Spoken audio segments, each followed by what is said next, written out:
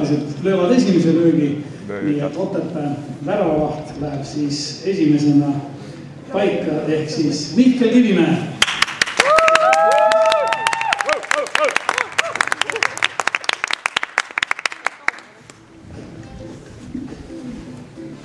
Ja palli seab paika Elva kapten Nõost pärit Karl Busso.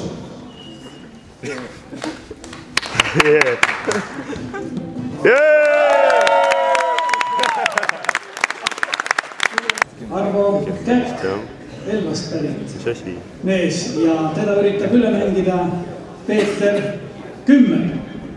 See ei ole mitte selle Peeter Kümmeli nimega, kellele me oleme siin talvel suusarajal kaasa elanud, vaid see ongi see sama Peeter Kümmel.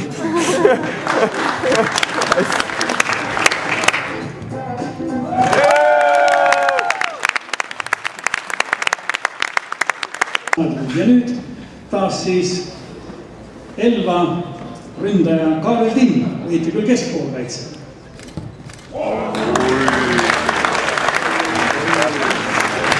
Nüüd on külalistelt igasugune viisakus kadunud ja see oli mõne Martin Raid, kes jah, on küll Otepäält pärit, aga jalgpalli algteadmised just Elvas saanud.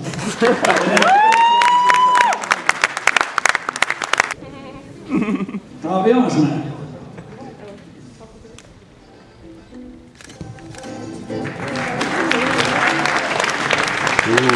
Taavi Lasman Otepää poolt.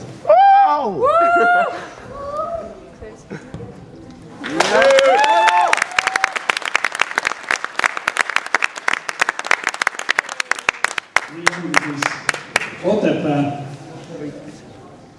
mehed saanud siin penaltite löömises selle ajaloolise võidu kätte.